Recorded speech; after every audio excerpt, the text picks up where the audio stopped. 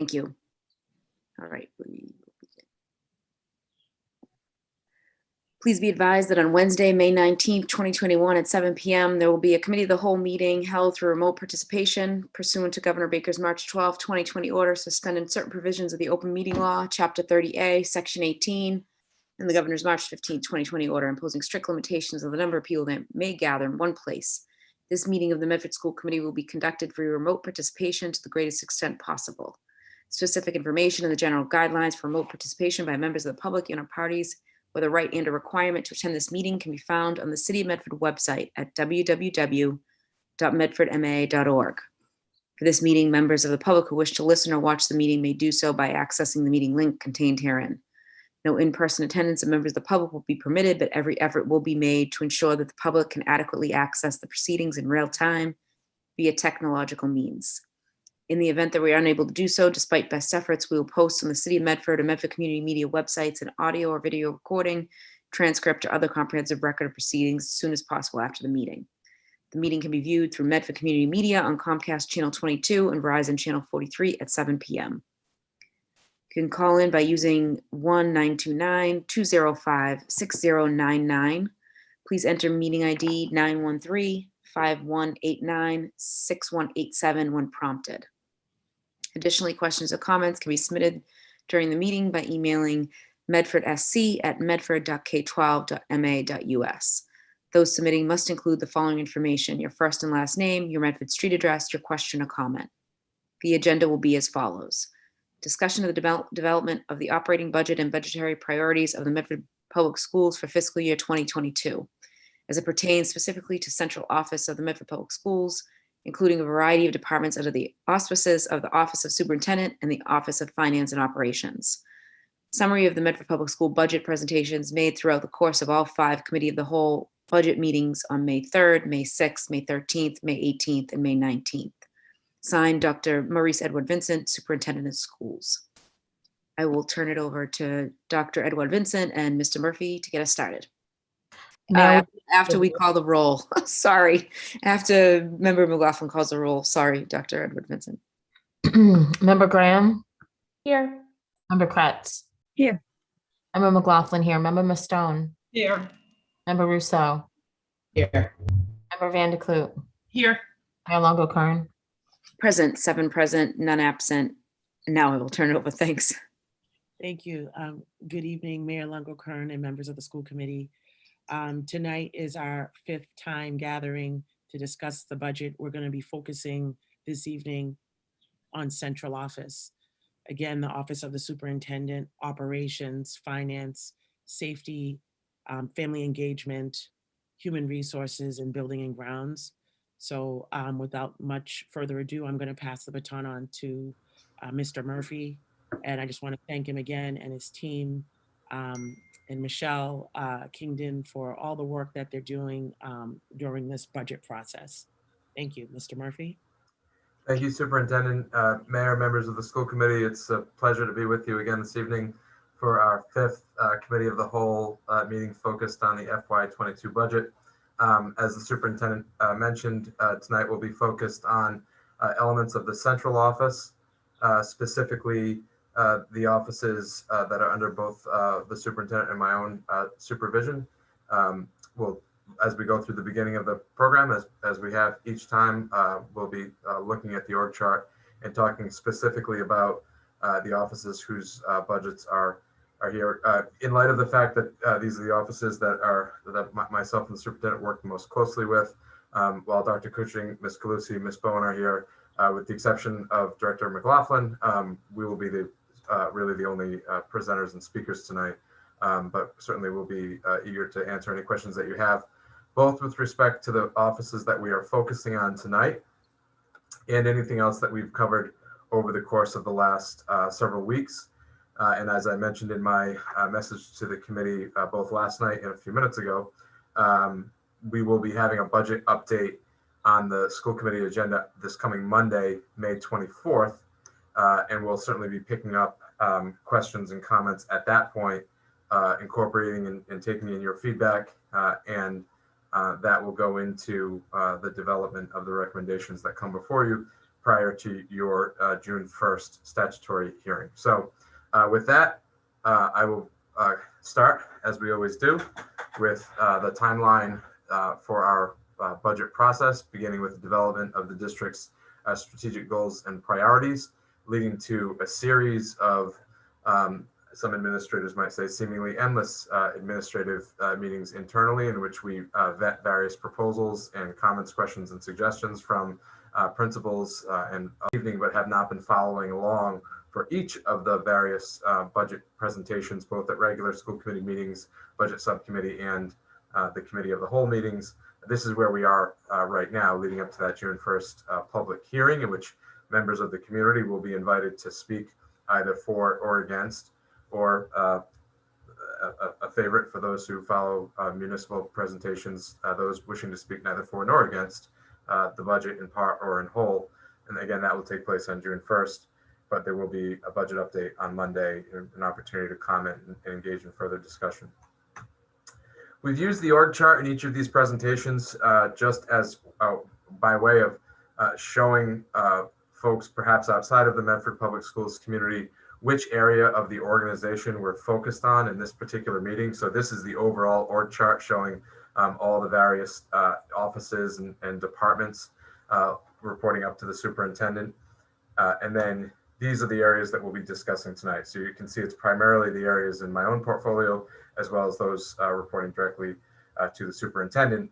And you see the curvy arrow there on the right of the screen, which is indicating a reorganization of sorts that we'll be proposing as part of the FY22 budget. And that's something I'll be going into greater detail about shortly. So as we've discussed in each of the budget presentations, the funding for the Medford Public Schools and the funding generally for school districts across Massachusetts comes from various sources. What we often refer to as the Chapter 70 allocation, which is the state contribution under state law coming out of Ed Reform Law of 1993, and the funding that each school community and district are entitled to. The local contribution, which is the revenue generated from at the local level that is earmarked for the school department, which in Medford is a very sizable portion of that, of the overall operating budget. And then the sort of extenuating circumstances under which we're currently operating mean we have a significant influx of federal funding coming in as a result of the COVID-related legislation that has come in. And that is coupled with the sort of standing external funds that come in on a year in and year out basis, particularly in the area of special education, which we discussed at length at the May 6th Committee of the Whole when we heard from the Office of Pupil Services.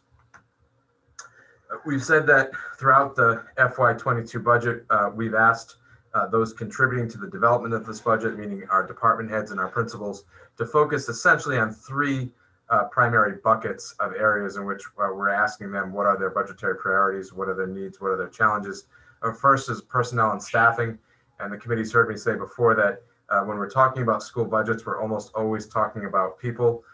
We're an organization made up of people, educating people, hoping to make them better people and people who are positioned to do well in their post-secondary lives.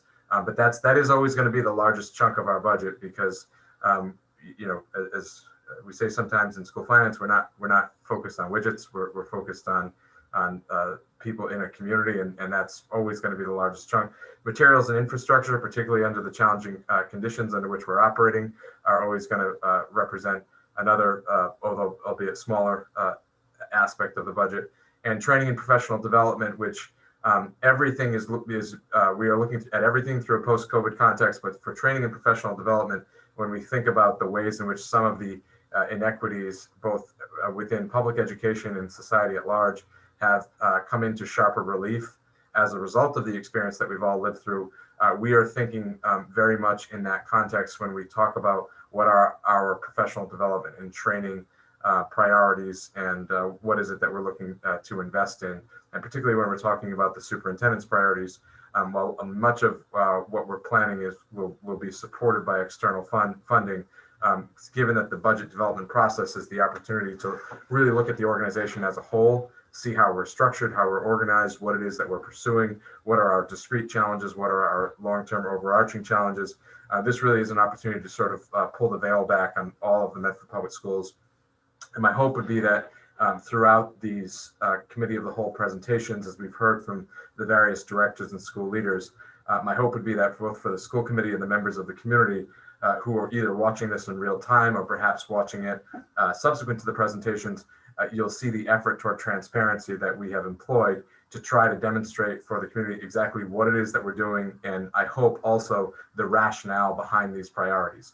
And this slide talks a little bit about that rationale in that these are the questions that were posed that led to the development of these priorities, and that we're thinking about what are the targeted and intensive interventions that we can invest in to help reduce or eliminate the learning or opportunity gaps that have either been caused by or exacerbated by the disruption to instruction that our students have faced as a result of the COVID-19 pandemic. And so there will come a time when our budgetary priorities and our goals are not informed fully by this experience and the disruption that our students have lived through. At least I certainly hope that's the case. One of the sort of constant refrains that we go back to is we're looking to make investments that will ensure our students' academic careers are not defined by this experience. And hopefully if we make these investments and we execute on them wisely, that will be the case. But for right now, coming out of these, as cliche as it might sound, these unprecedented circumstances, we are looking to see how do we use the funding that's available to us from the local, state, and federal levels to try to put them in the best position possible, despite the chaos that we've all lived through. So on April 26th, we presented to the school committee the projections that we were looking at based on the preliminary information that we had leading into these budget presentations. And we've estimated that the necessary increase in the budget would be somewhere between $3.4 and $5.8 million, recognizing that there are a significant number of variables that are essentially not clear. Variable one, there are restrictions on federal funding flowing in that are still not particularly clear, and I appreciated the mayor's comments to that effect last night, but we're continuing to engage in a very constructive dialogue with our partners in the city government and reaching out to our partners at the state level and elsewhere to try to get clarity on that. I think at this point we feel comfortable that the priorities we've developed that we think of as having a strong nexus to the disruption caused by COVID will be essentially eligible expenses.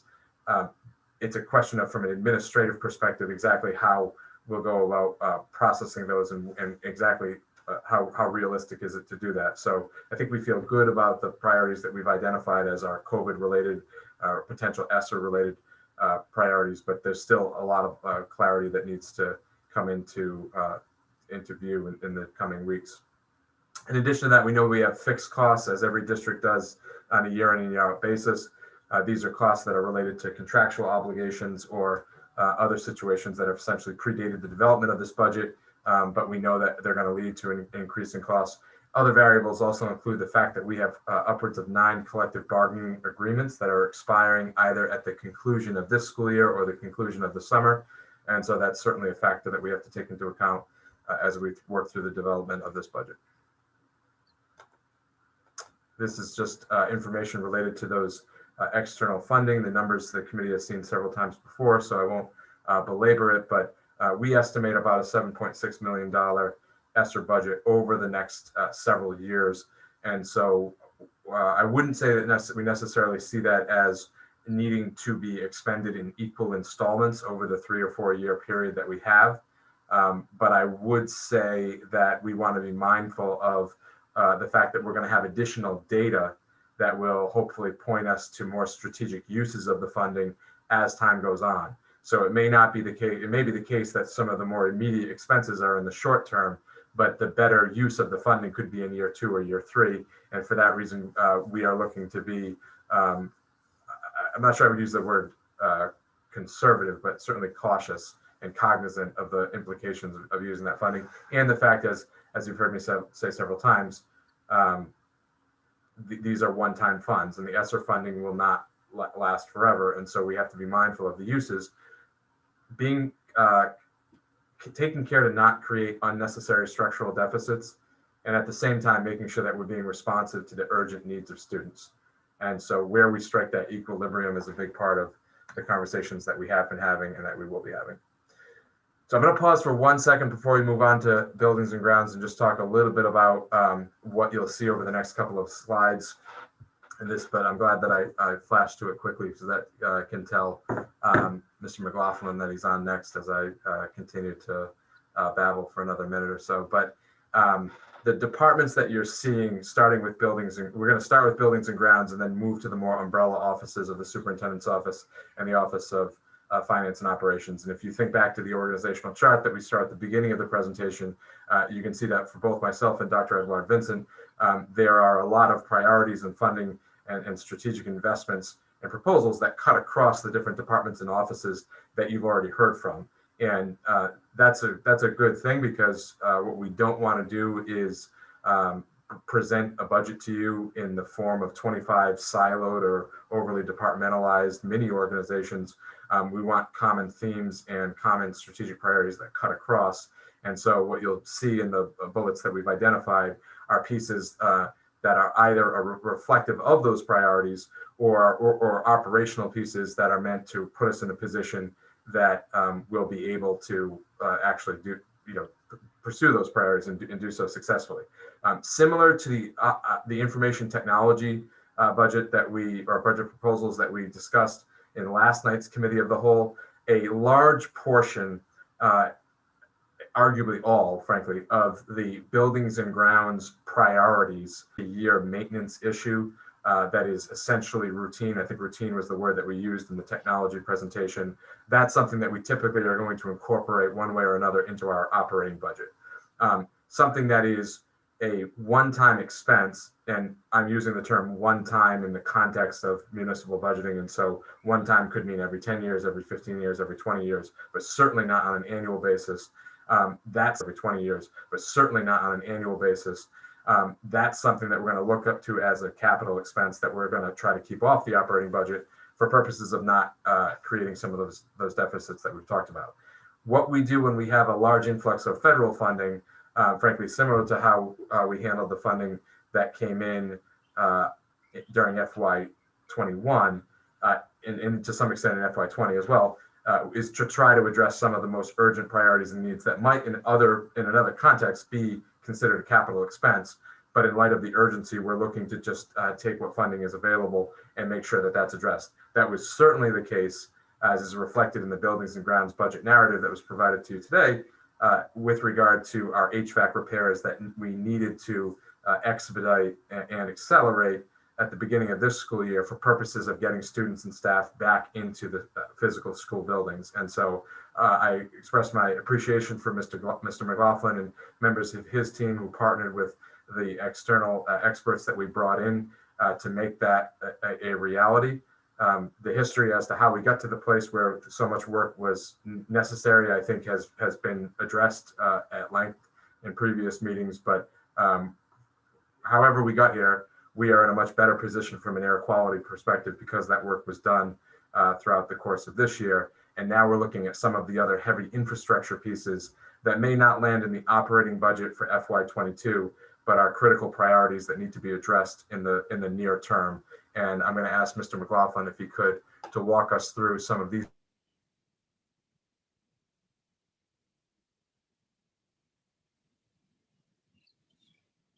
As we're talking about how these investments need to be made in the coming year or months. So John, do you want to take it from there and just start maybe with the generator and transformer electrical issues that we have been identified at the high school and at the Andrews, and then we'll walk through some of the other pieces. And then Sure. from there, we'll move on to finance operations in the superintendent's office, and then we'll go to questions after that. Excellent. Good evening, Mayor, Superintendent, members of the school committee and administrators on tonight's meeting. So first issue, transformer amps, breakers, electrical projects at Medford High School, Andrews Middle School. So I think that we're aware of the fact that the emergency generator one of the emergency generators at Medford High School needs to be replaced. We have discussed it. We're on the road to getting an RFP and pricing information to try to get that Did project. audio underway. drop out for anybody else? No? You guys can still hear? Yes. Sorry.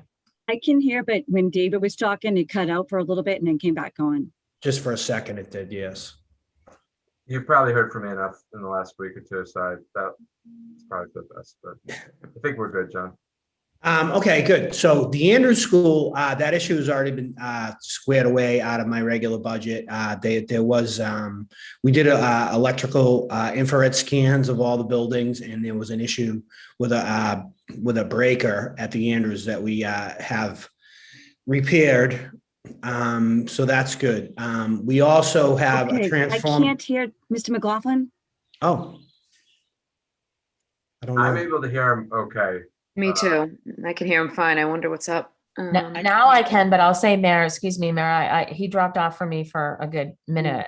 So I Oh, don't- boy. You want me to start over, Melanie? Would you like me to Kathy, start? can you hear him now? Yeah, I couldn't hear you either, John.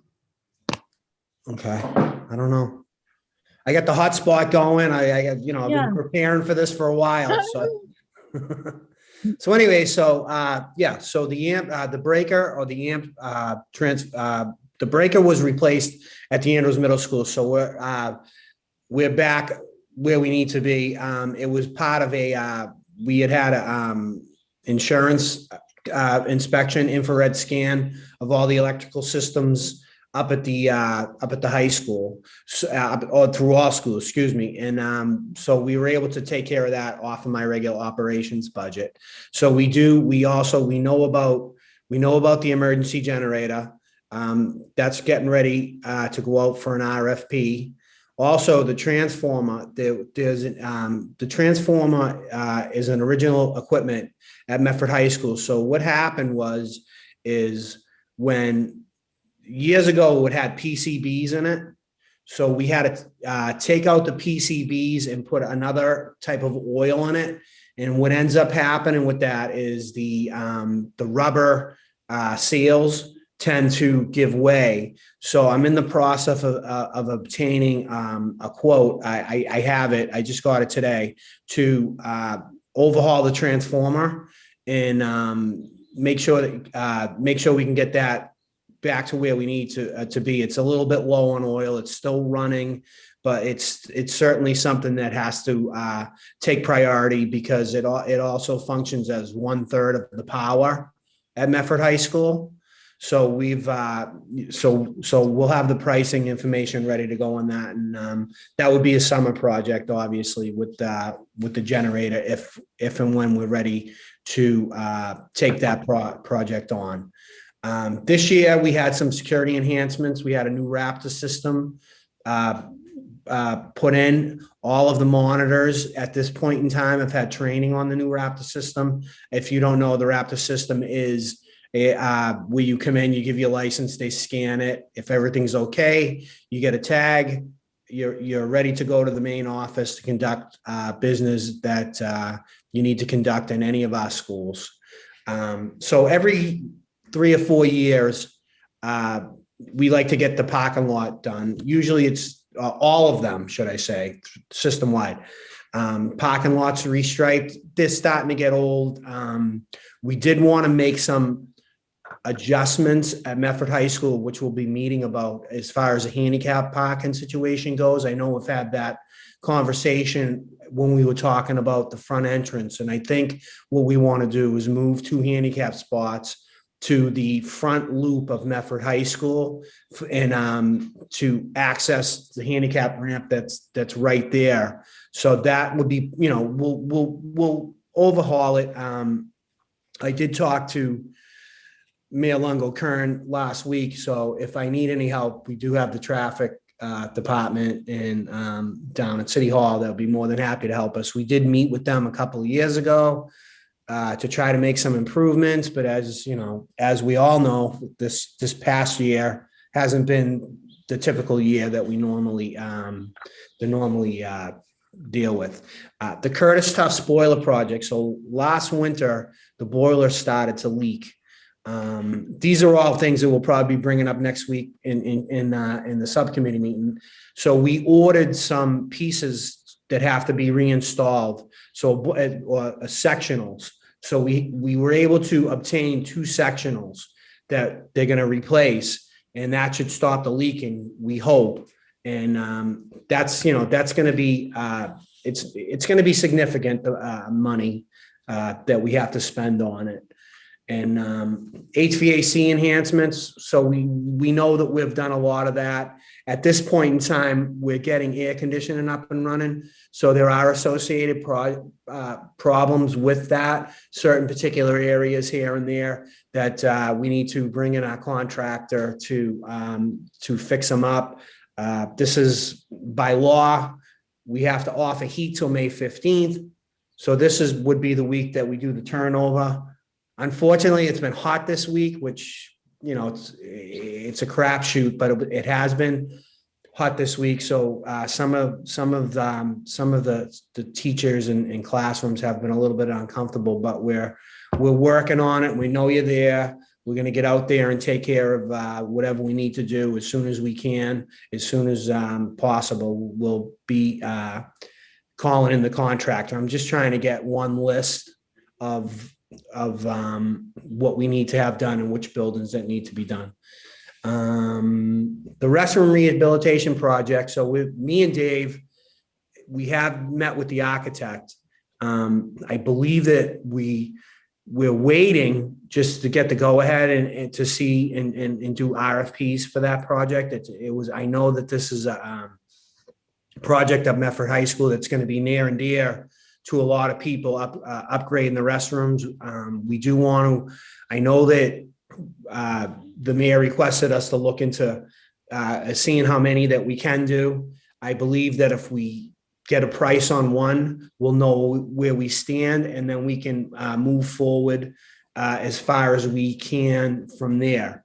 The main entrance rehabilitation project, we're still kind of waiting to see where we're going to go with that. One of our guys that works in the custodian department, he's a mason, so he volunteered to go out and, try to fix the granite wall up a little bit. So he's out there today working. I mean, it's hopefully he can make it look a little bit better, but it's still going to be what it is. And then, we can certainly meet on the main entrance. And I think we'll discuss it next week in subcommittee of how we want to move forward with that.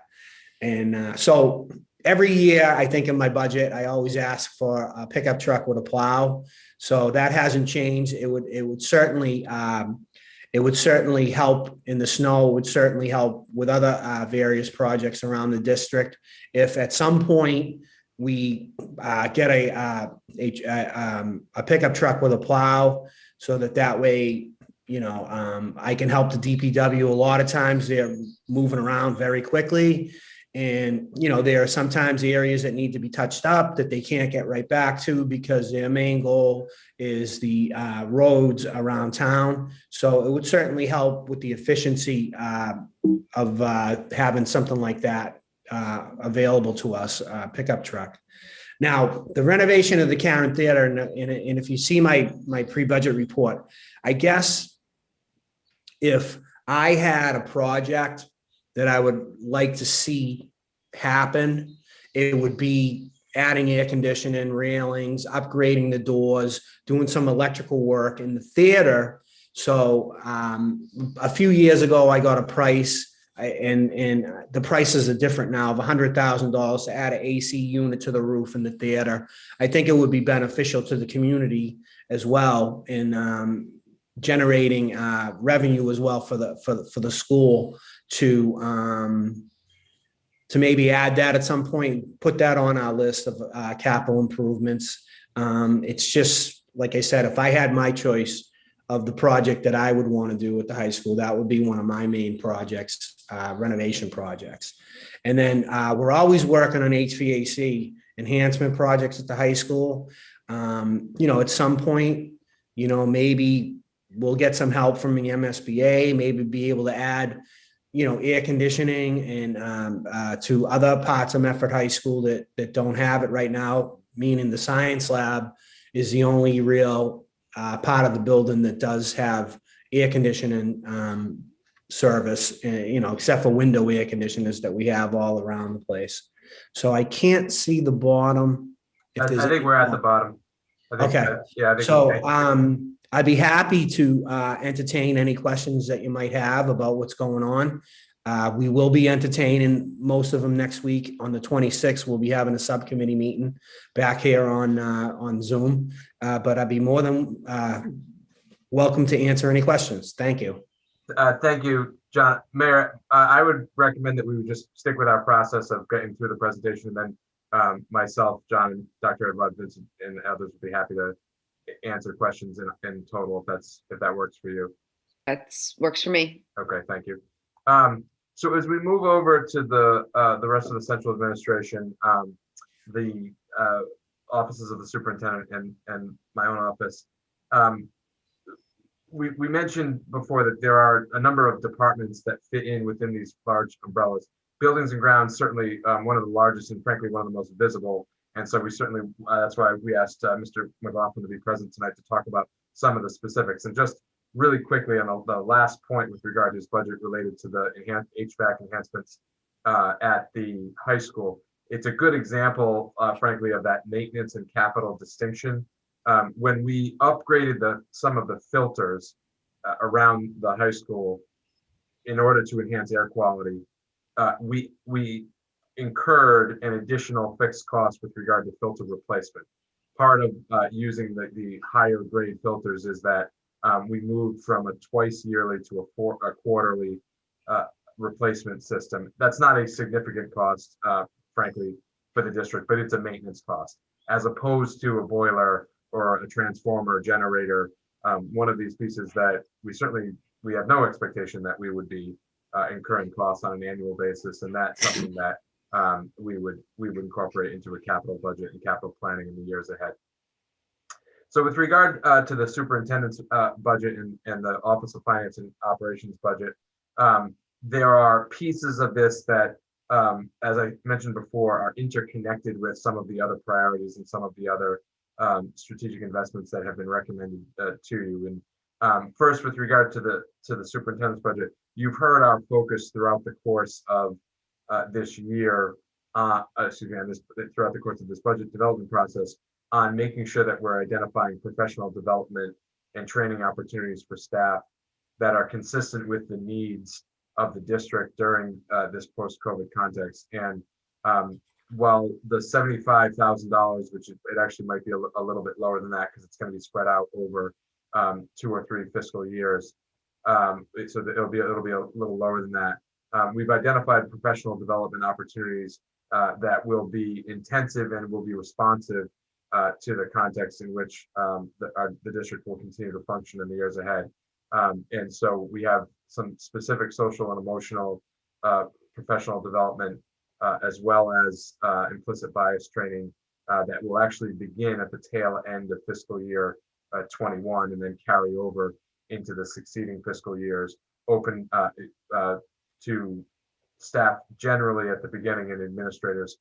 It'll be a required program toward the end of the summer of 2021. So if either Dr. Edward Vincent or Dr. Cushing want to talk a little more about the benefits and how we see this training as fitting in to the overall strategy that we've been advocating for throughout this process. And just one final financial matter. I do anticipate that the majority of this funding of these expenses will be covered by some of the external funds that we referenced at the beginning of the presentation. So Title II in particular, as well as potentially some of the ESSER funding, but Title II specifically will be used both to cover the costs that will be incurred for the FY21 portion and then moving into FY22 as well. So I'm not sure if either Dr. you might raise, sure. Sure, thanks. I just wanted to stress the value and importance of quality professional development, and truly in working in collaboration with Dr. Cushing as well. In order to address some of the significant shifts that we're going to be making next year, especially in the area of social emotional learning, one of the areas that was a charge by the school committee was in terms of how the district will be addressing suspension, which does fall under the umbrella of social emotional learning, behaviors, etc. So that is definitely a large priority for us. And that is one of the targeted areas for professional development. In addition to that, we are going to be continuing our pursuit of understanding and greater professional development on implicit bias and the implications for our school communities. We also are going to be having additional professional development on best practices as instructional leaders and educators in regards to the educator evaluation system to increase accountability across all of our schools. So those are three large buckets. And when we're addressing implicit bias, that does also address cultural proficiency, anti-racist work, anti-hate. So all of those initiatives are very important as we are shifting as a district to meet the needs of all of our students and the greater community. We also will continue looking at disability awareness and finding ways, again, how that overlaps with biases that do exist out there. So I just wanted to stress that although you see our priority, district-wide priorities on professional development, in order to shift mindsets and really present new information, professional development is critically important. So I just wanted to stress that piece. Thank you. Thank you, Superintendent. Dr. Cushing, anything you wanted to add based on your involvement with these programs? Yes, just real quickly, the superintendent did a marvelous job explaining the positions that we're looking to move forward with. We also, what we're doing is we are going to be in the end of June offering a train the trainer program for the implicit bias and social emotional learning in the classroom. And each of those courses will have 20 staff members across the district trained to be able to then deploy the professional development within the district. And what this model is going to allow us to do is it's going to allow us to be very cost effective, but then it's going to also allow us to deploy the professional development across the year in a way that best fits Medford's needs. And we'll be able to better engage our staff with their peers and their school leaders, be them directors or principals or assistant principals, who are going to take these trainings and then will turn around and be able to deploy this world-class professional development for them. And I think it's a great opportunity for Medford to take the next step in providing the best professional development possible for our staff. Thank you, Dr. Cushing. And then turning to the Finance and Operations Office, and as you can see, there's a few different bullets here. I'm gonna focus on 3, including transportation, that I believe has its own slide, and it does. Thanks. But so first, the first 2, this was alluded to during last night's presentation, and I believe it came up in the context of the priority identified by the English Learner Department of wanting to invest in an opportunity to build out our essentially our family engagement and our community relations efforts.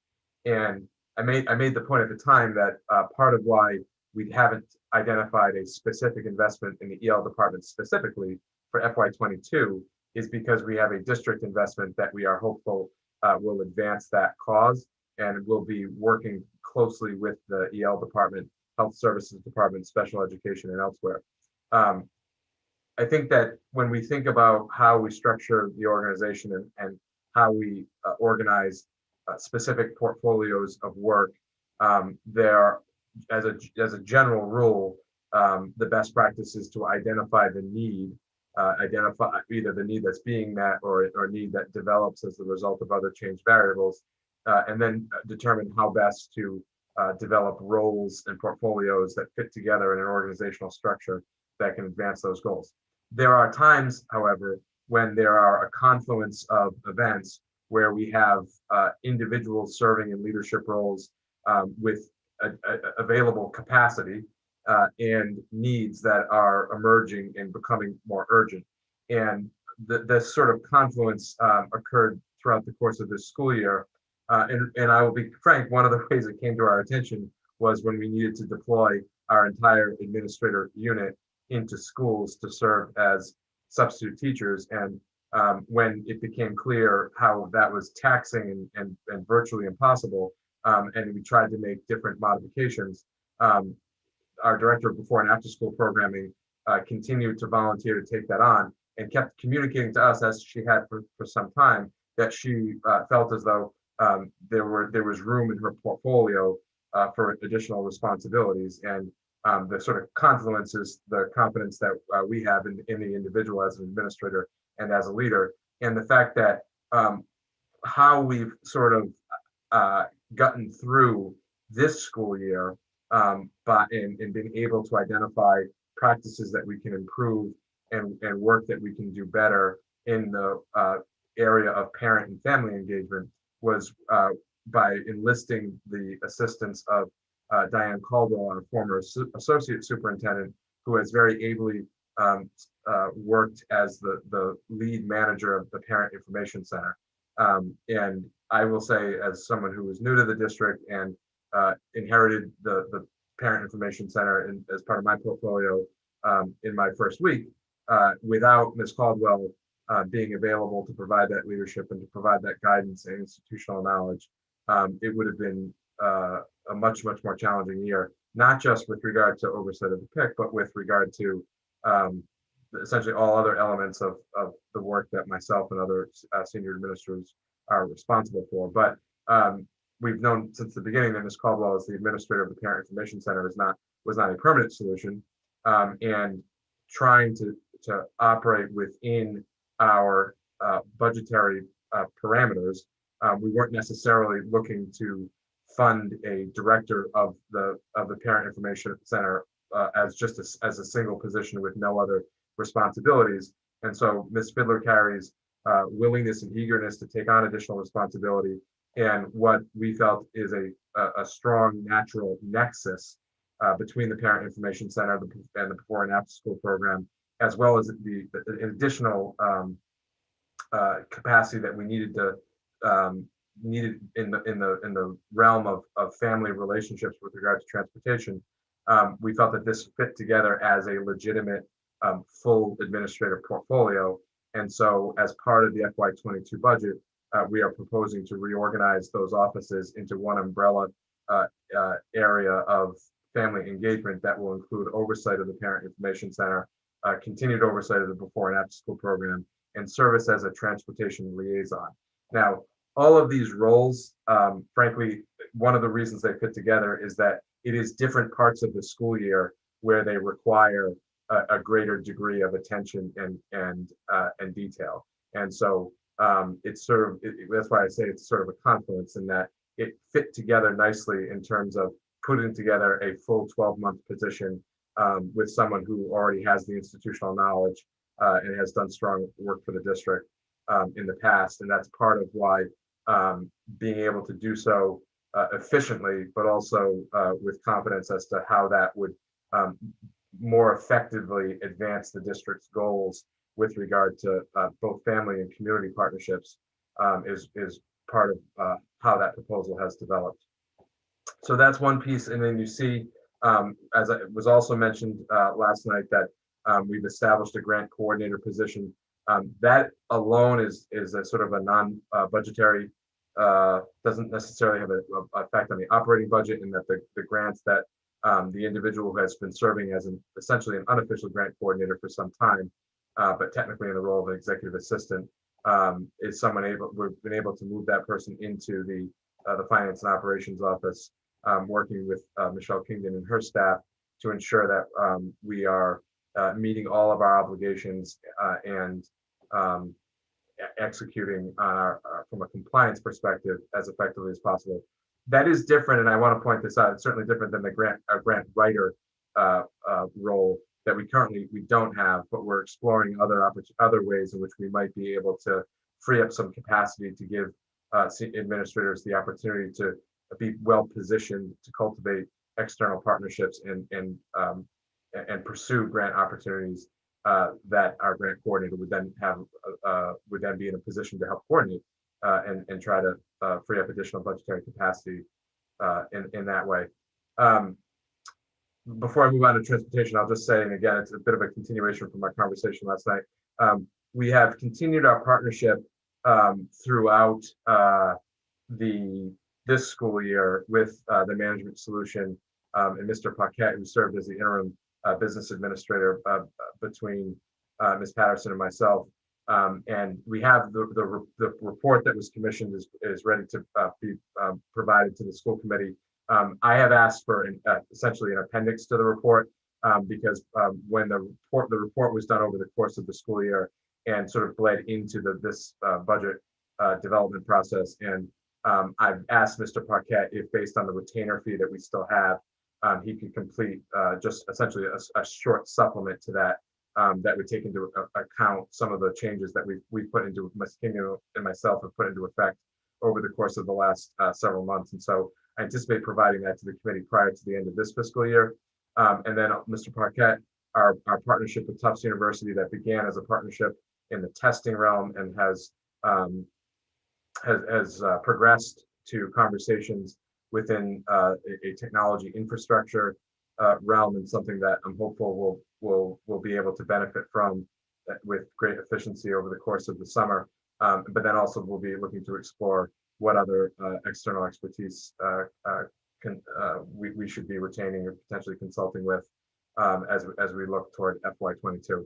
So that's a high level overview. I'm going to finish up with transportation, and then I will move on to your questions. If you remember when we talked about the projections for FY22, we were looking at about 51,000 in increased costs. These are, I should just say quickly because it was touched upon on May 6th. These are unrelated to our fixed costs in transportation related to special education. These are our main vendor, Eastern Bus. The school committee entered into a new three-year contract in the spring of 2020. So we're completing the first of the three-year contract. As is always the case with contracts, there is an increase in the cost on a year-to-year basis. So we're looking at approximately $51,000 increase in that contract as part of our estimated $2.1 million increase in fixed costs. You've seen the next two numbers previously on April 26th when there was a request made about the MBTA passes. That is essentially an option that we're making sure that the committee is aware of. And then there were questions related to what would essentially be the cost for additional yellow buses and potentially providing additional Eastern Bus capacity at the high school. We estimate somewhere about $75,000. The reason why I say that's $0 to $75,000, that in our conversations with the vendor, they have, I think, and I appreciate this, I don't know that every vendor would, but they have suggested that based on the radius that the district adopted prior to this school year, it may be that with regard to elementary and middle school transportation, it may be possible to repurpose some of our existing capacity to provide at least one additional bus to the high school. We have meetings next week with the bus vendor as well as the Medford Police Department, where we'll be looking at a number of issues, both related to safety and planning out some of the development of routes and stops for the next school year over the course of the summer. And so I frankly don't have a recommendation to the committee at this time related to whether we should add a second bus. I think it's clear that it's possible that we would be able to. And then I think it's a question of looking at the data as to where the high school students are and whether there is a demand for that. I will say that in my brief conversations with the high school administration, it's not entirely clear that we know that there is a clear demand for this, which is something I think we do want to take into account. But at the same time, if the cost is somewhere between $0 and $75,000 to provide something that could be much more convenient for students, that's obviously something we would want to consider. I think from a strategic perspective, we have to take into account that the MBTA passes obviously provide potentially more access, and you get into thinking about student jobs, the opportunity to go into the city. There are other sort of like city as a classroom experiences and experiential learning experiences that the MBTA passes could yield for students. And so we're looking at all of those options. And again, a common thread that's cut across all of the presentations is our determination to establish effective extended school day and after school programming for our students in the 21-22 school year through use of the ESSER funds to ensure that we're providing as much remedial support as possible coming out of the significant disruptions that students have faced. So I thank you for your time and your indulgence with regard to that.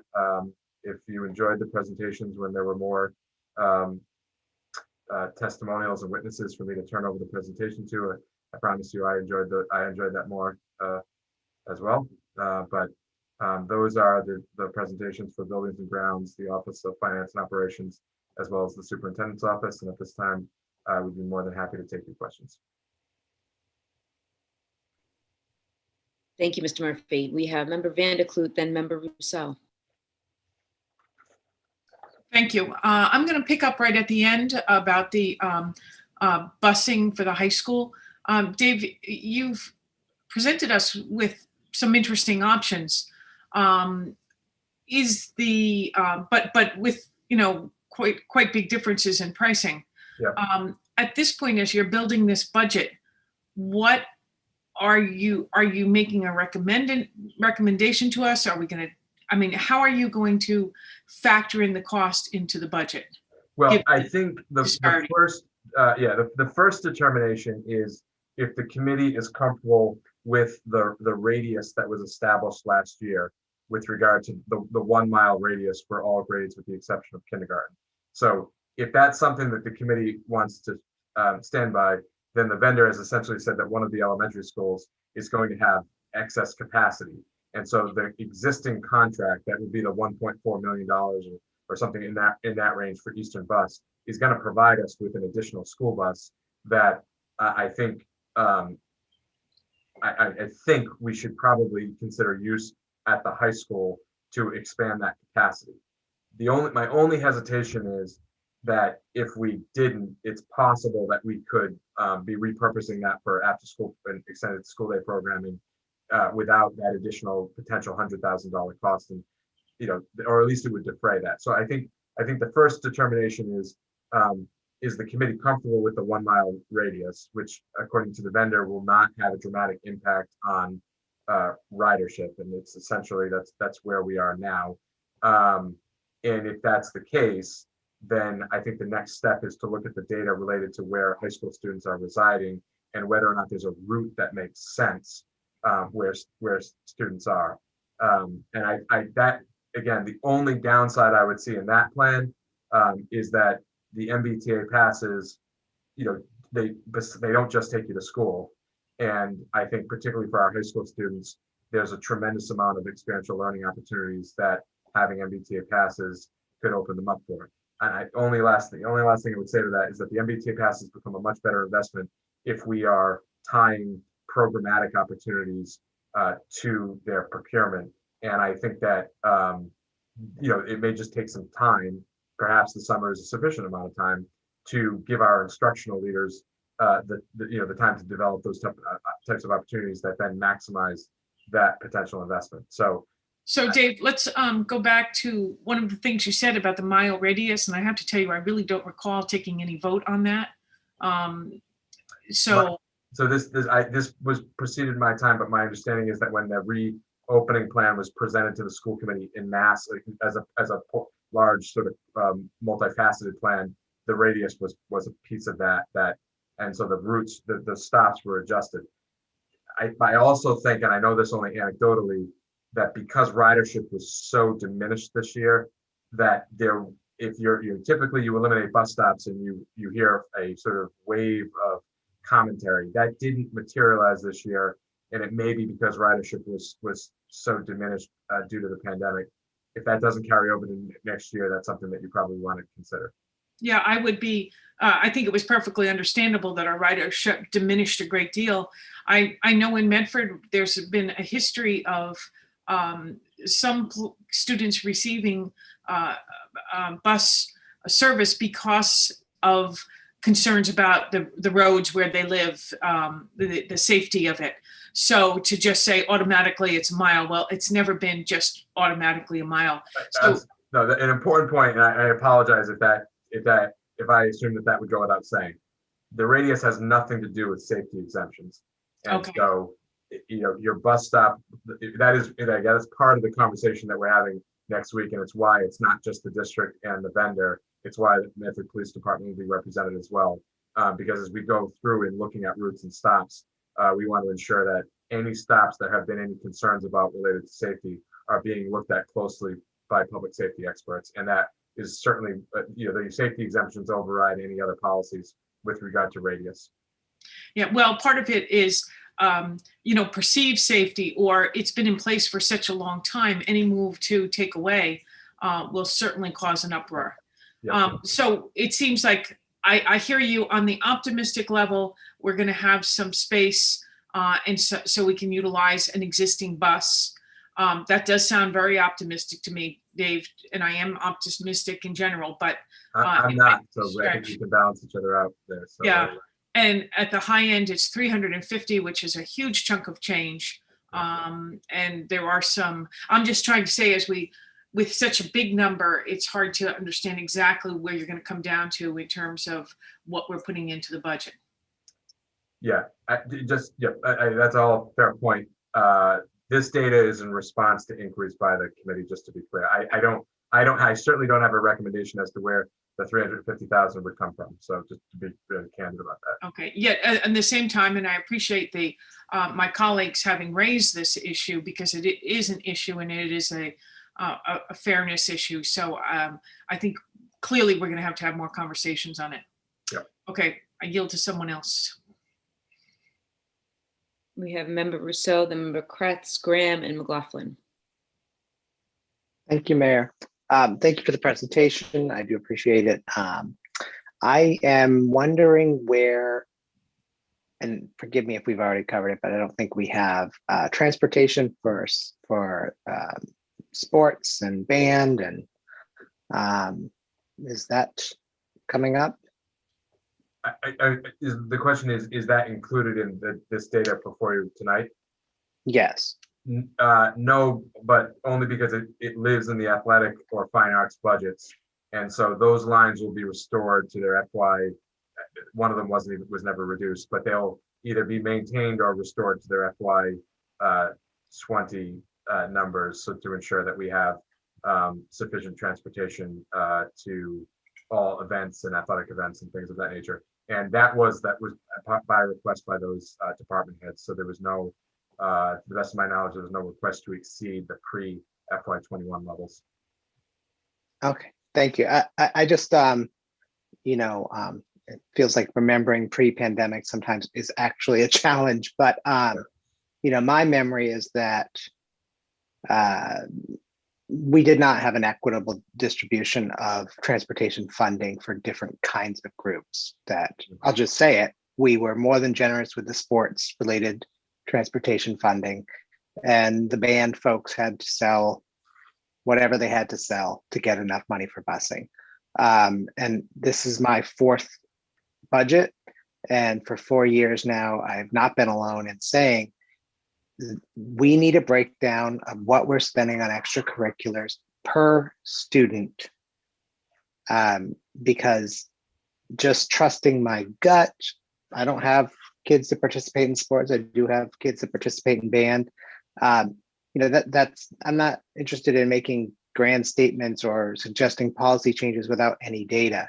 But my sense, looking at, the stipends for sports coaches in our contract versus the people that are running the band and other stipends, there's clearly some kind of discrepancy that maybe is appropriate based on the number of hours put into it, but I have no way to know. And so I really want to know that we are not favoring kids who decide to participate in a sport and lessening the burden on their families to fundraise for transportation compared to kids that are in band or, and I'm just using those two examples. I'm sure there are others. So, restoration obviously is better than not restoration, but I just don't have any way to know that this is in fact fair. And that's really, it is a big issue for me. And this is the fourth budget where this has been a topic, the fourth year where I've wanted, and I realize you were not in the last 3 budgets. Yeah. So, but a breakdown of per student, what are we spending? Sure. And I mean, that includes the stipends that are in the teachers' contracts. And that, I mean, all the money that we spend on not the K-8 education.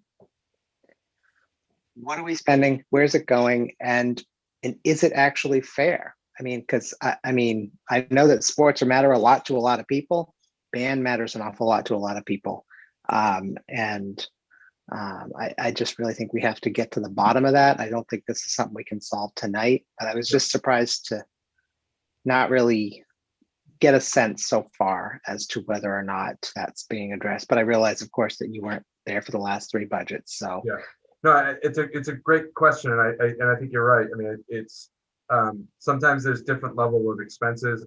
I think more often than not, this discrepancy is created at districts because of the fee system that's in place around the athletics, and I think that is how you often end up seeing that discrepancy. But they play a very parallel role in terms of being the element of our educational program that engages students and keeps them, frankly, coming here and certainly enjoying themselves and making the most of their education. So I'm happy to dig into that deeper and to see if there are gaps that potentially we need to help bridge.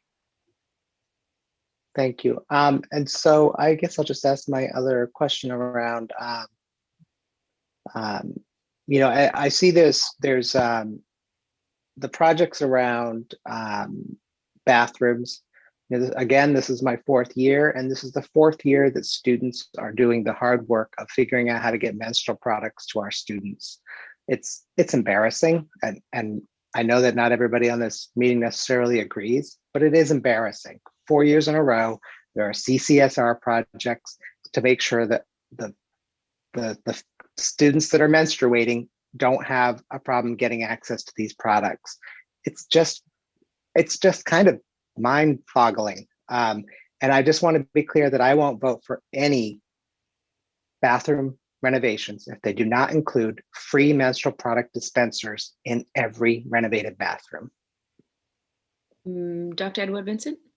I just want to comment, Member Rousseau, that when you make the statements, people will be led to believe that when female students are using the restrooms, that they don't have access to feminine products.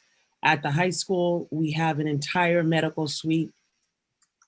Feminine products are placed in the restrooms, but unfortunately, sometimes the feminine products are not used for their proper purpose. They are used, they're decorated on the bathroom stalls, they end up on the ceilings. That has happened multiple times as well.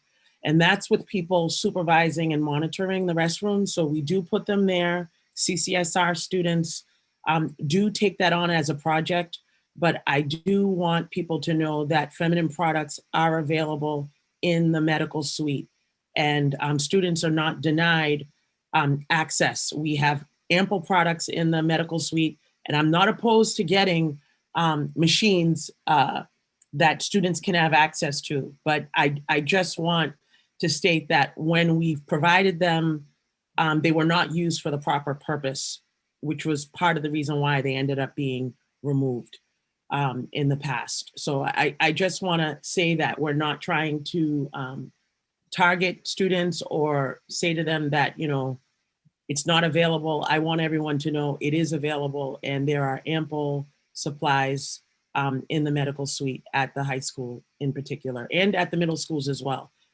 It's available in all the nursing offices. Thank you. If I could just quickly respond, Mayor. Yes, and then Member Kretz. Yeah, I understand that, and I would never for a second suggest anybody is trying to deny these things. I would just suggest that we get a map of the high school and imagine a student who is at the furthest point from the medical suite. And I mean, I mean, of the school committee members, I'm the only one here who hasn't had these experiences. I'm just making assumptions about you all, but you know, even I can't even imagine being as far away from the medical suite as you can be in this building that is just vast, and being told, you know where it is.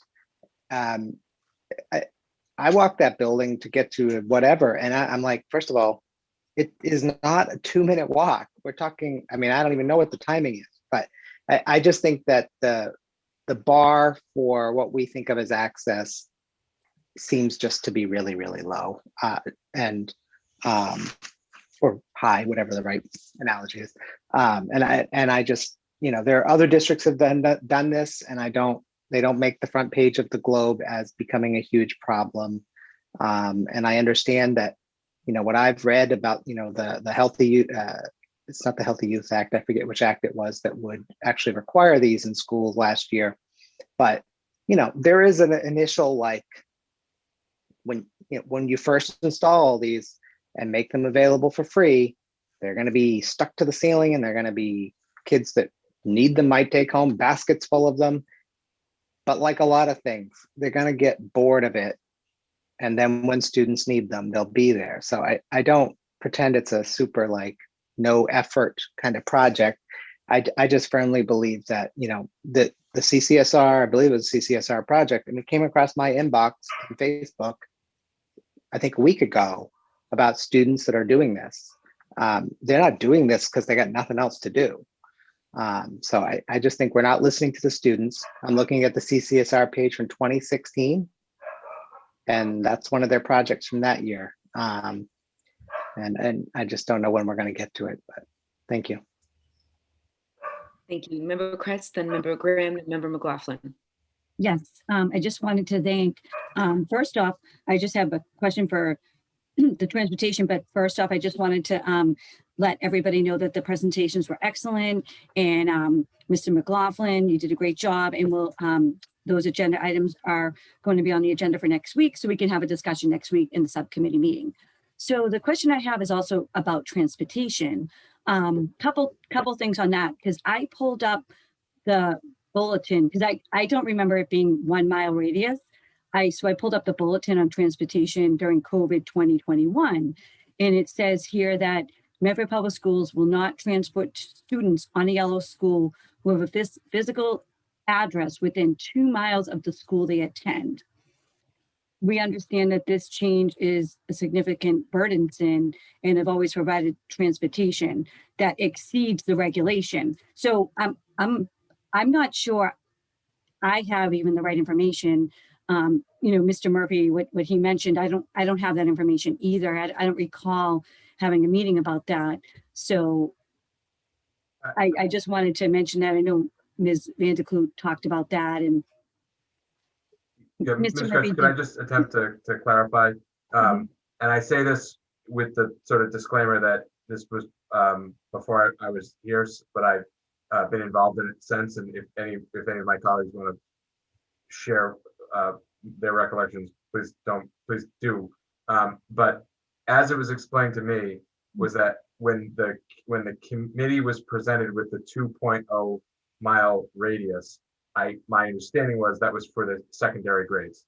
There was an existing restriction, I believe I was told, of a 1 mile at the elementary level that had essentially not been enforced, and that in order to bring down the total number of people riding the bus, there would be a need to inform the vendor to enforce that radius at 1 mile at the elementary level and 2 miles at the secondary level. The number of people riding the bus has diminished so significantly that it's not clear, frankly, that the vendor needed to enforce the 1 mile radius. And so This also, by the way, I should say, does not apply to kindergarten. So the exceptions are kindergarten, safety exemptions, and students with disabilities as with transportation part of the IP are, of course, not related to this conversation either. But the 1 and 2 mile radiuses, one was based on the COVID restriction, and the other was just essentially an unenforced restriction that is not uncommon in districts, frankly, to have, particularly when there's room on the bus. And that's sort of what we would go into this summer in terms of planning routes and stops with the vendor at that radius. And the vendor has advised that if we were to do that, we likely would have, within the 18 buses that are contemplated by the contract that was approved last year, the likelihood is that we would only need a 17 bus fleet, and that would free up the 18th for potentially a second bus at the high school. So I think, Dr. Cushing, I saw you raise your hand. If I misspoke at all, please don't hesitate to correct me.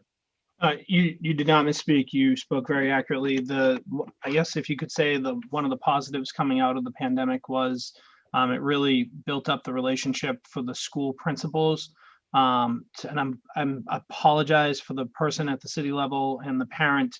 I'm blanking on her name, but to really work on safe routes to school as a way to also reduce our fossil fuels footprint.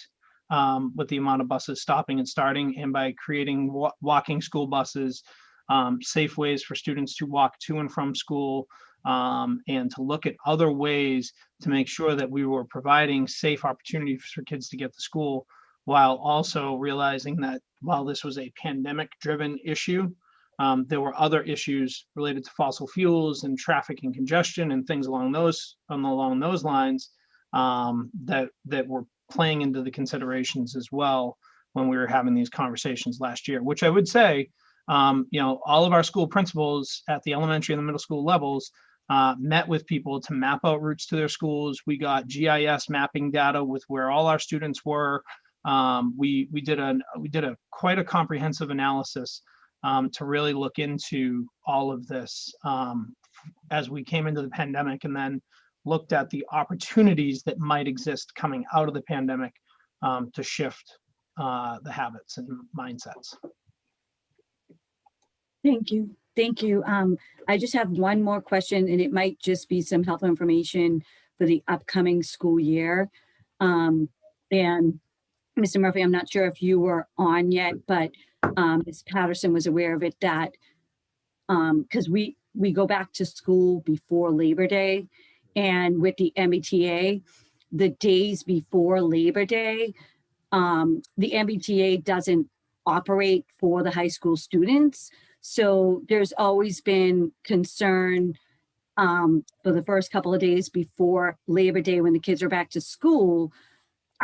We used to get messages that, students were waiting at the bus stop, the bus wasn't there, they ended up walking, were late for school. So in preparation for the upcoming school year, there's been an added yellow school bus that, kind of travels some of the most commonly, frequent stops to kind of pick up the high school students for those first couple of days. So I can't quite remember all the details, but I just wanted to give you the heads up about that has been an ongoing issue each year because we start before Labor Day. And then right after Labor Day, the MBTA buses will run on a regular school schedule. Ms. Kretz, I really appreciate that. It's not something I'm familiar with. I will educate myself as quickly as possible. My first question is, what happens to that bus after Labor Day? Because if it's available that week, I'd be a little curious how or why it wouldn't be available. So what I would say afterwards. in response to that, Yeah. it is a past practice in Medford, and the Eastern Bus Company is aware because we start school before a lot of surrounding districts. So they're able to kind of shuffle their buses to get us through the initial 3 days before other districts end up starting. So they have been able to do it, and it's something they are aware of, and we will definitely continue that practice, Member Kretz. Thank you. Yeah, I think we will certainly continue the practice, but I'm also in our meetings with Eastern Bus. I think we'll also push on the issue as to what the capacity is, because the sentiment that I heard from the committee when we discussed this in April 26th, was that if there was, if there's a cost-effective way to provide additional yellow bus transportation for the high school, then that's something we should look at. So, but this is, again, we're gonna have we'll have many conversations, and they've been a very good partner and very responsive over the course of the past year. So my hope is that we'll be able to continue that dialogue with them. Thank you. Member Graham? Thank you. I really appreciated the attention to professional development that was laid out in the superintendent's recommendations. And certainly train the trainer models can be really effective as long as there is a sustainability plan that comes with the train the trainer, and it's not an initial startup thing that sort of fizzles out, because starting over in a train the trainer plan is very expensive. So I just want to make sure that we have sustainability plans in place to really maximize that investment. On the topic of transportation, I would like to make a motion that the budget include or assumes that there will be no cost to transportation for our students effective at the beginning of the 21-22 school year. And that, just let me finish. And that the administration will bring to us a comprehensive plan that sort of lays out a recommendation around transportation for the district, but between now and August 1st. And the reason that I added that at the end is because, I have heard overwhelmingly from people that kids taking the MBTA bus means that they're often late and that it's not reliable, and parents are making other arrangements to get their kids to school because they don't feel they can trust the MBTA buses. The notion that there are yet other students who really rely on those MBTA bus passes so that they can work and can travel on the bus in a different way is not something that I've personally heard, but I don't want to discount the fact that there are community members out there who are in that position. So I would like for us to revisit transportation and for you all to work with Eastern Bus and the police department and whomever and hopefully the community to figure out what is the best path forward. I will also say, Dr. Cushing, that I do remember the conversation about the 1 versus 2 mile radius and the non-enforcement of the radius at the elementary school level. When Mr. Murphy was talking about kindergarten being an exception, I guess I started to think if you enforce that 1 mile versus 2 miles or whatever it is, and yet you still have to pick up kindergartners in a place where you wouldn't before, how do you practically or tactically only pick up kindergartners in that closer radius? So I feel like there's a lot of conversation around transportation to get it right.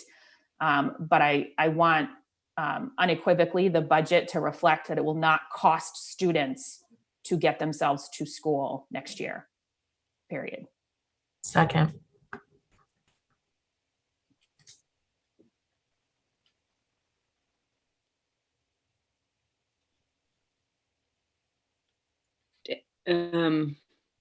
Would you like to call the roll, or should I ask my other questions?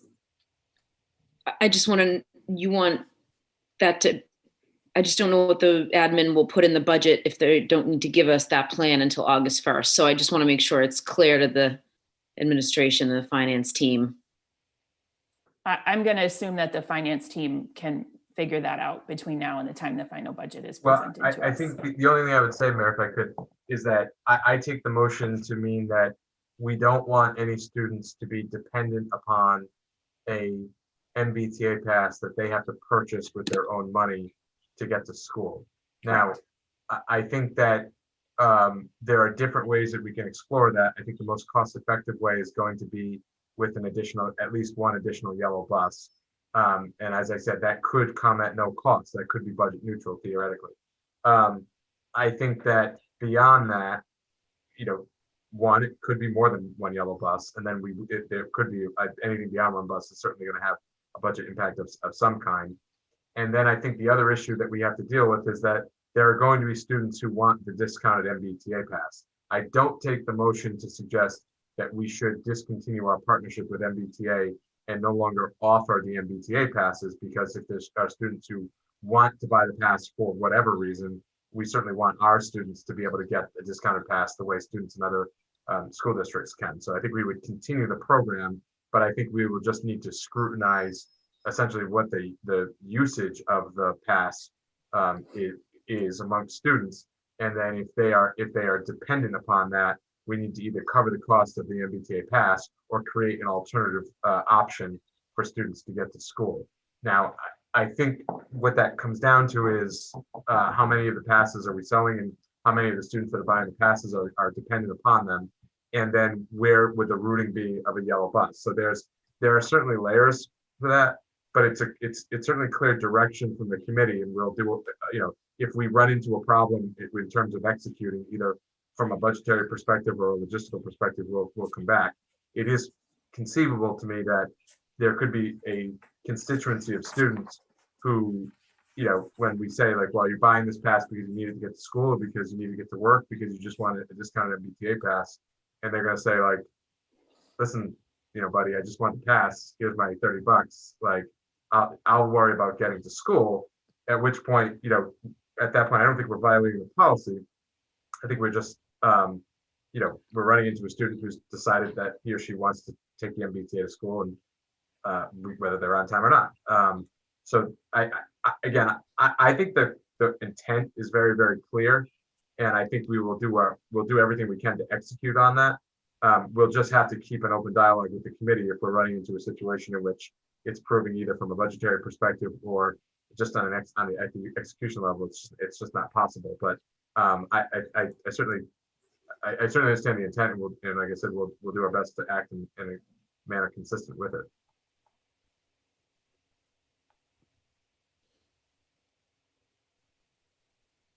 So how do you want the resolution to be worded, Member Graham and Mr. Murphy, so we can have an idea of what we're looking at by June 1st rather than August 1st? I thought it was clear. Well, you mentioned the August 1st date, which I just want to be able to know what I'm supporting and what will be provided when. So the budget will include an assumption that it does not cost money to get to school. And the revised transportation plan and strategy is not something that can reasonably be done before that happens. So that is what would take until August 1st. Like the details of, is it that the MBTA passes are just free for everybody, or is it the strategy that there is a yellow bus, and is the strategy that we're changing the radius from 1 mile to 2 miles? All of that obviously has budget implications, as does literally everything that happens in the district after we pass the budget. But the budget needs to reflect a cost capacity that allows us to not require students to pay to come to school. Is that clear, Mr. Murphy? Yeah, I guess the only caveat, I'm really not trying to be like nitpicky about this, is that I don't think at the moment we require anyone to pay money to come to school. In reality, some students are taking the MBTA bus, and our lack of theoretically our lack of yellow bus capacity at the high school is necessitating that based on where they live or based on their family situation or whatever. And so in practice, where they are paying to get to school, but it's not like it's the district policy that says like, we don't let you in unless you show up on an MBTA bus that you pay for. So we can, I think we would want to collect data from the current population of students, hopefully look back over a period of years as well, see how many MBTA passes we're selling, assume that that's a ceiling in terms of what we would have to provide. And then I think we look at to see if do we reduce that from a cost perspective by adding yellow bus capacity. And then I think as we sell the MBTA passes, because as we discussed earlier, we don't want to actually preclude our students from getting the discounted passes. Then I think we have to collect the data as to what the passes are. Are the passes being used based on a preference, or are being purchased rather based on a preference, or based on a lack of other ways to get to school? So I think the intent is very clear. Like I said, we'll execute in line with it, and we'll just have to come back if we're running into a logistical hurdle or it becomes something seems impossible about it. Member McLaughlin on this motion. On this motion, thank you. I just, for clarification perspective, I would like to just, I guess it's sort of point of clarification if there's such a thing, but the longstanding issue has been that we are having students who are paying to transport to school, many of whom are economically disadvantaged and who are potentially over a 2-mile radius, or at least at a 2-mile radius. And if you think about even the cusp of the 2-mile radius, which would be, say, for example, students in the, McGlynn vicinity, McGlynn Middle School vicinity, walking to the high school, or because they couldn't afford, or having to choose to, pay $30 a month for the reduced pass, that could very much impact their families. I think it's just an ethics value. It's a statement.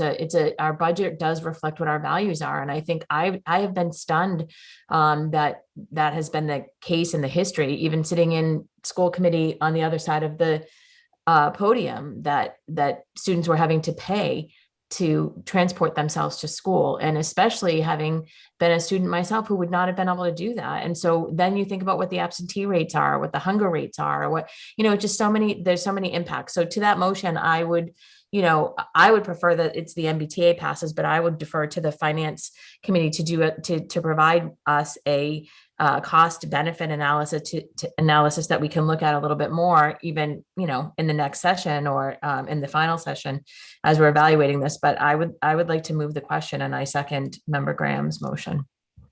To review on June 1st. Yep. No child needs to pay for their own busing. If you could call the roll, Member McLaughlin. Yes. Member Graham. Yes. Member Kretz. Yes. Member McLaughlin, yes. Member Mastone. Yes. Member Rousseau.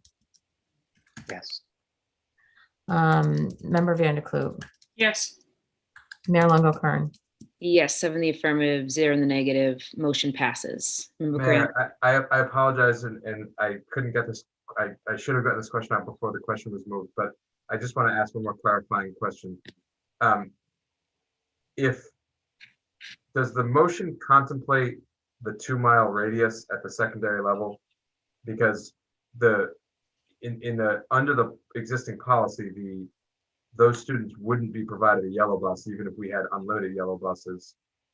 But I don't know what an MBTA pass would do, but if a student lives a 1/4 mile from the school, is the expectation that we would still ensure that there's free transportation for that student, even though sort of under the policy contemplates them walking to school? No, I mean, if the law contemplates students walking to school, I'm fine with that continuing to be the practice. I'm not asking for us to bite off that piece of the apple personally right now, but I am concerned about the people who are in excess of 2 miles from the school. Absolutely. Who have to pay to get to school. If you're beyond 2 miles from school and on either sides of, outside of the radius of the high school, and one is getting a free yellow bus and one is being told you've got to pay $30 a month for an MBTA pass, that's outrageous. Yes. And yes, so it is. If that's what we're looking to address, I think that is sensible and something that we can look at. The law, just to be clear, is no one over 6th grade is entitled to transportation. And so the law is impacted, but up the existing policy with the 2-mile radius, which is almost uniform across the Commonwealth, that makes sense, and that we can do. But as long as your response tells me that we all agree what the inequity is, that's what we're looking to address, and we'll come up with a plan consistent with the vote to do that. Can I make a point of information, because I'm not clear. I'm not sure that we're clear on what, at least on what I felt like was being discussed as well, and I want clarity. Mayor, may I do that? Point of information, Member McLaughlin. Thank you. I think that my issue specifically was around economically disadvantaged students having to pay for transportation to school. And so whether that is within the 2 mile radius or you know, I guess a 2 mile radius is, you know, or 1 mile radius or what have you, that we're offering. I know in the past teachers have been paying for students to have access to MBTA transportation passes. And so to your point, Mr. Murphy, and this is something that can be for further consideration, not necessarily for this particular motion or addition, you know, the motion's been passed, but to your point that this allows MBTA passes allow for accessibility in the city. They can allow for the classroom in the city. They can allow for job opportunities. They can allow for transportation to school. And my biggest subset that I'm concerned with. McLaughlin, just, are you going to ask a question? Yeah, are we focused on the economically disadvantaged in this consideration? Well, I think the motion I think that's it's passed. everybody. The Yeah, I motion think that's it's passed, everybody. yes, it's broader than economically disadvantaged, but it is not inclusive of students within the 2 mile radius. So that gives us a data point to start from. And similar to what Dr. Christian was saying earlier about using the GPS to identify sort of from a data plots perspective, data plotting, or you know, we can say, okay, this is our population of students that we've got to make sure that we get to school for free. And it might be the case that, similar to apparently what we do before Labor Day, if we just put a bus on the route, we're able to accommodate a large portion of those students. And so if we're able to do that, then I think this could prove to be a fairly simple directive to fulfill. If we look at it and say, well, that one bus that we used before Labor Day only takes care of 15% of the students, and in order to address the various you know, areas of the community, we need 6 new buses, then we might have to come back and say, we're going to have to piece this together in some other way because we don't have a sustainable way of doing it right now. But so that's sort of, and then at that point, we may have to pare down who we are focusing on to economically disadvantaged for the reason that Ms. McLaughlin was saying. So I don't exactly know how this is going to turn out, but I think we have clear direction, and we're happy to move forward with it. Thank you. Member Graham, and then it's Member McLaughlin. Then Member Rousseau, then Member Kretz.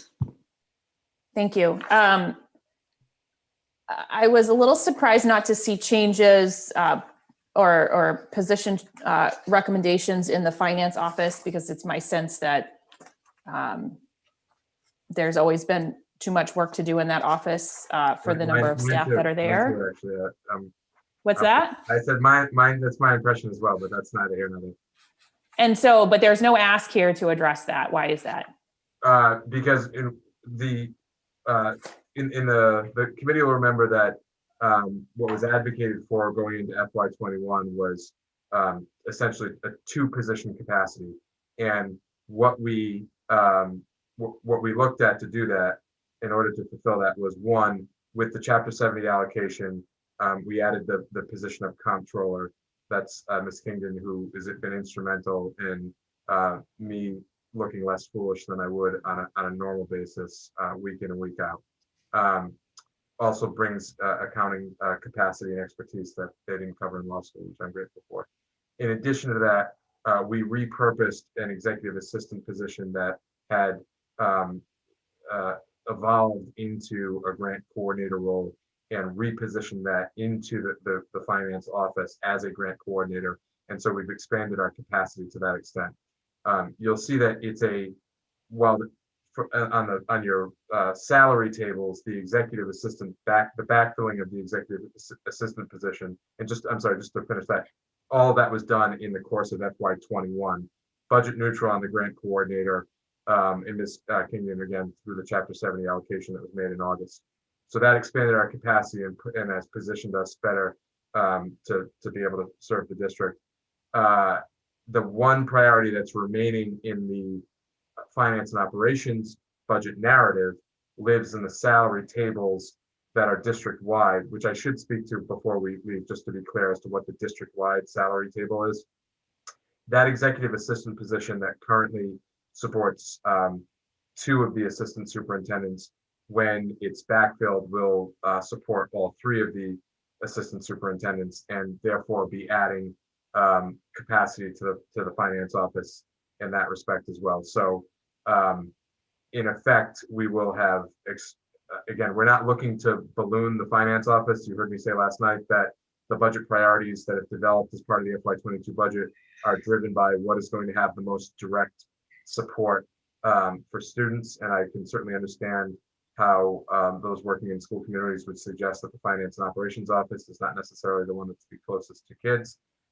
But in order for us to serve the district well and to benefit kids, we need to have adequate staffing. And by adding the grant coordinator position, the comptroller position, and a portion of the executive assistant position, we feel that we'll be better positioned to do that. Thank you for that. And then my final comment is just to say that I am not in favor of spending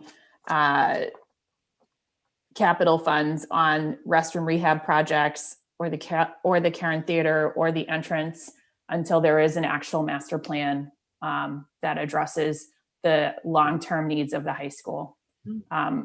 It's a lot of money. It's like $250,000 all in, and it's not inconsequential when we are talking. That's like 10 paraprofessionals, many teachers, like staff that we can't fit into the budget. Like there's a lot of other priorities than to spend without having a clear plan for the building. So I have said this before, but the priority of having a clear plan for that building is critically important. And until that happens, I can't support spending the community's dollars in a way that's going to pigeonhole us or tie our hands when it comes to the greater needs of that building, which are as yet unassessed.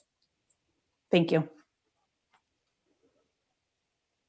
Just to that point, if I could point out the 800,000+ and the 100,000 from the boiler and the science labs has to go to capital projects. So I just think that there are plenty.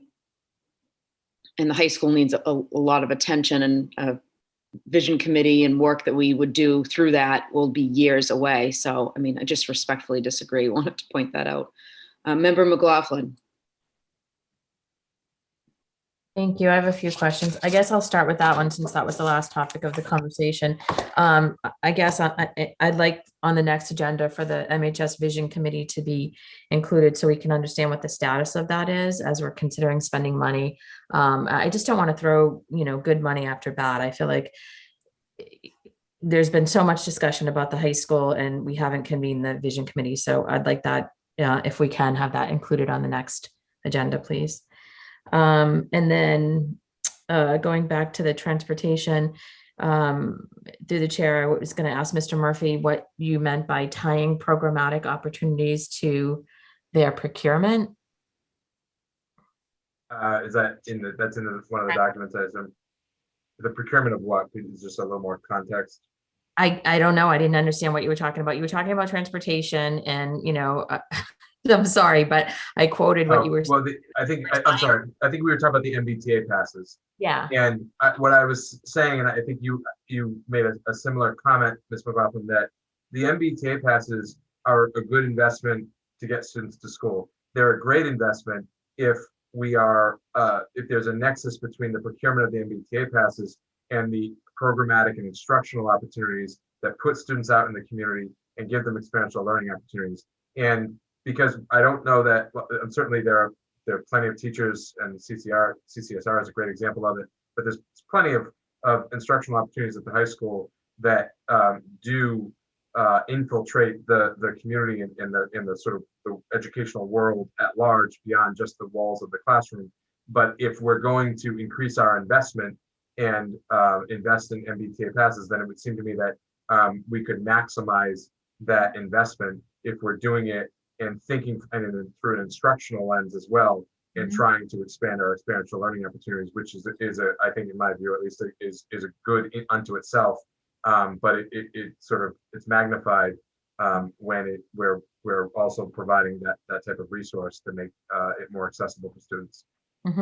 Thank you. I thought that's what you meant, and I wanted some clarification because I'm imagining, for example, vocational students, transporting to their site, CCSR volunteers, or sort of all of those things. So it would be interesting to know what the programmatic opportunities are as we're considering this cost analysis for these different options. And then I know that it's not just Eastern Bus that we have as our transportation vendors. We have multiple transportation vendors, and there's been multiple issues across the transportation vendors. We've personally been experiencing some issues with transportation vendors, and I know that it's difficult to maintain or retain staff, especially under the current circumstances.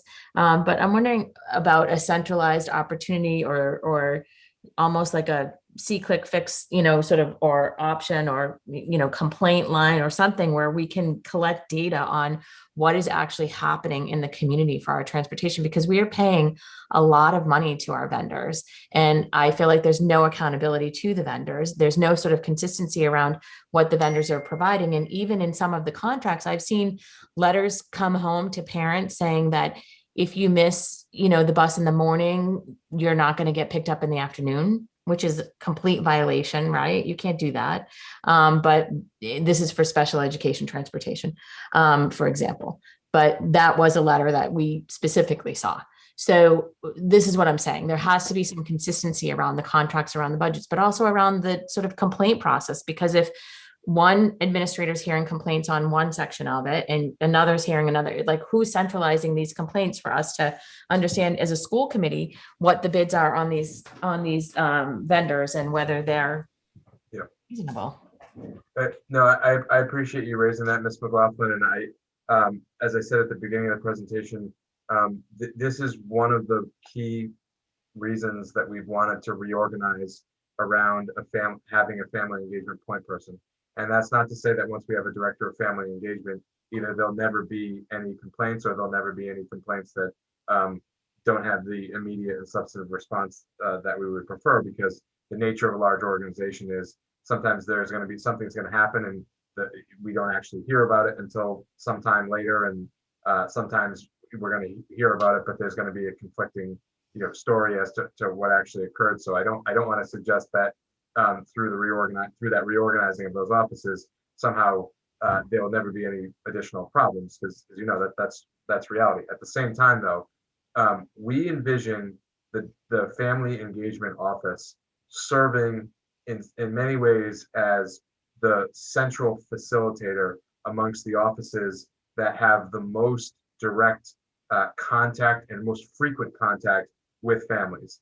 And that's some of the before and after school care programs, the registration process when you're first coming into the school community, health services, where oftentimes the communication with families is literally life dependent, and special education certainly, and transportation is a big part of that, because as much as we interact with families and parents in the instructional realm, some of those basic operational logistical issues are the ones that families are most dependent on the district for. And having those offices sort of being the spokes of a wheel, if you will, I think will help from a communication perspective and making sure that the administrators who need to be informed about some of these issues are informed rapidly. So the only point at which I would differ with regard to your comments, Member McLaughlin, is that the suggestion that there would be no accountability for any vendors. And accountability can manifest itself in a variety of ways, and sometimes on a variety of timelines. But I will say that whenever the administration, and certainly Ms. Bowen's office in particular, hears of these issues, we take them very seriously, and we are responsive to it. And if there are any instances in which parents or caregivers are aware of in which a vendor has not fulfilled their responsibilities to students in the district or to families in the district, it's something we want to know about that right away. And you certainly have our commitment that there will be a robust response at all times, because certainly the situation that you described, if accurate, is completely unacceptable, and it's not something we would tolerate by our own staff or any vendors that we partner with. Thank you. And just if I may, Mayor, to be clear, the Director of Pupil Services has always been incredibly responsive, but I have also always been a squeaky wheel. And I think about the folks who aren't and how they're being responded to and how they're able to sort of demonstrate that the transportation is working. And I think it's around data collection, frankly, and children coming to school late and sort of what that looks like. But again, looking at our vendors, I think is important. And then lastly, I just wanted to, again, also laud the superintendent's direction towards more professional development and targeted professional development, both around implicit bias and social emotional learning. And I have heard from staff and community members 2 points on the professional development that I wanted to sort of raise. And one is that some of the specialized staff, I think, is not necessarily feeling as though that there is targeted professional development for, very specific licensing or needs. And so I wanted to sort of present that. And then also, just concern about ensuring paraprofessional participation and professional development or that is related to paraprofessional. And certainly it sounds like the social emotional learning piece will be part of that. But I want to ensure that, and I know in the past, I think that a lot of times the paraprofessionals have gone where the teachers go. They're partner teachers, which I understand, the reasoning around that too, but I think it would be also nice just to be able to let people have some flexibility and choice for their professional development. So those are not things that I expect an answer to tonight, but I just sort of wanted to bring that up so that you guys are aware. Thank you. Thank you. Thank you, Member Rousseau, Member Kretz, and then Member Vanderklut. Thank you, Mayor. I know that we've already passed the resolution on the transportation plan. I had to walk 1.1 miles to the bus stop every day growing up. If I missed the bus, it was a 4-hour and 29-minute walk to get to school. Obviously, that's a little bigger than Medford, since it was 13 miles. But my point is, my experience of making it to the bus or not going to school was that if you looked at my absences, in Massachusetts, I'd probably have DCF at my house, frankly. So I just hope that when we do the plan, and we are talking about 2 miles versus 1 mile, I think this ties in a bit to Mr. Murphy's staffing levels. I want to know, are kids that are within the 2 mile radius tardy or absent more than kids that are outside of the 2 mile radius? And I don't actually think you have the capacity to go through a year's worth of tardies and a year's worth of absences and figure out distance from the school and whether they use the busing or that's a heavy lift. But that's a policy decision we are making with no idea of the impact on the educational outcomes, because, if we always go back to that, if you're not in school, you certainly aren't learning. So I just, my own experience of you make it to the bus stop or you don't go to school, that surely happens in Medford too. So when we talk about 1 mile versus 2 mile, I think we have to also recognize there isn't just a financial impact. There's an impact on all the scores that, the superintendent really likes her MCAS score. They're metrics, whether she likes MCAS or not. They're metrics, and that's important. But this is a specific policy that will have impact on metrics. And I'm not asking for a report, but I know from my own experience that it's absolutely a fact. If you miss the bus, you don't go to school. And granted, I couldn't walk to school if I missed the bus and didn't have transportation otherwise, but I'm sure there are plenty of kids who, if they missed the bus, screw it. But for all the kids under that 2 mile radius, there is no bus. So when it's bitter, nasty, cold rain, which we used to get before global warming made everything 70 degrees,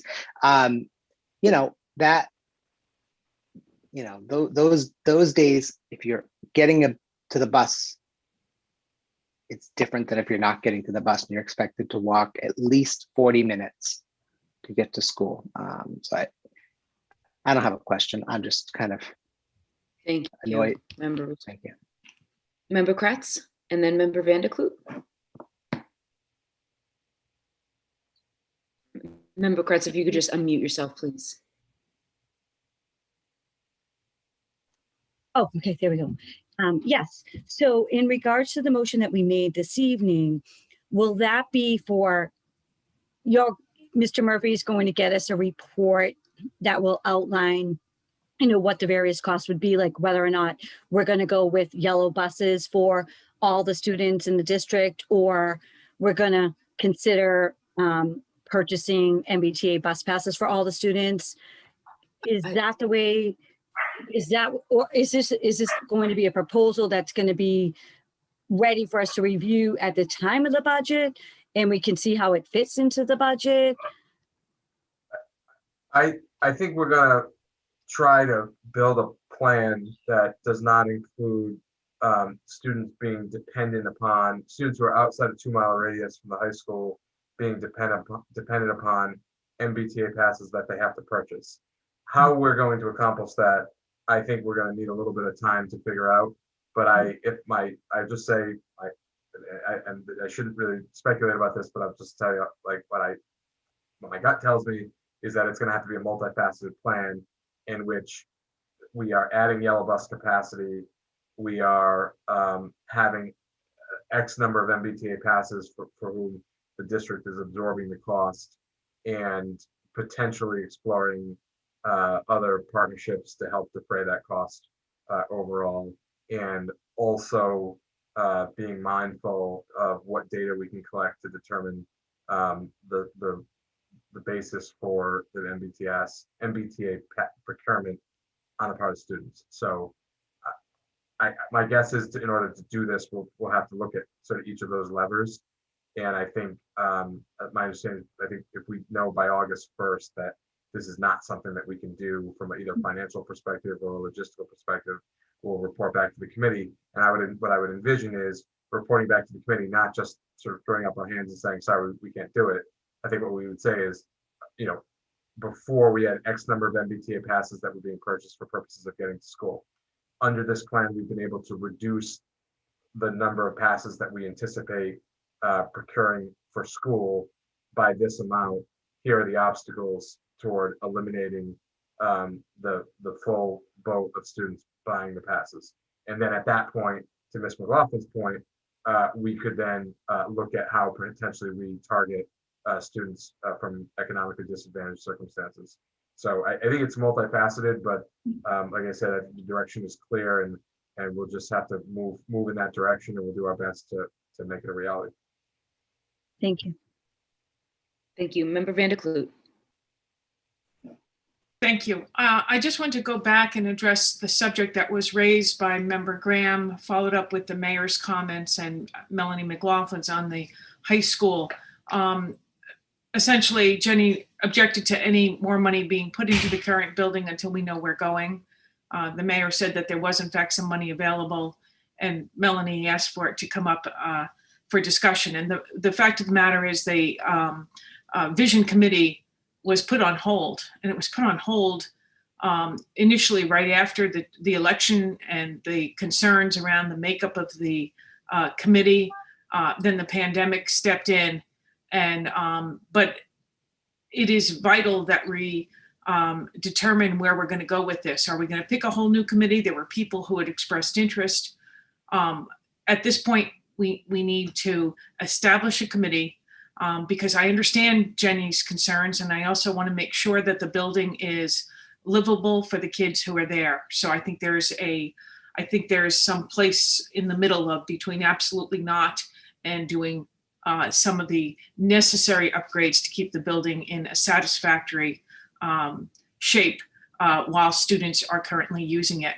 But key to that, more than anything, is we have to determine what the vision committee is going to be, what we're asking them of, and what the timeline we envision is. Maybe it's not the time to start it at the end of June. I understand that, but we need to be ready to be focused at the beginning of September and not wait for another school year to go by. Thank you, Member Vanderklut. I assume the same thing, start it right up in the fall where we have a number of other things, budget, Columbus School, getting the kids back. Yeah, but I think we need to determine, Mayor, we can't wait to September to have the discussion about what we're going to do. We No, have to have no, the June, discussion sooner than right.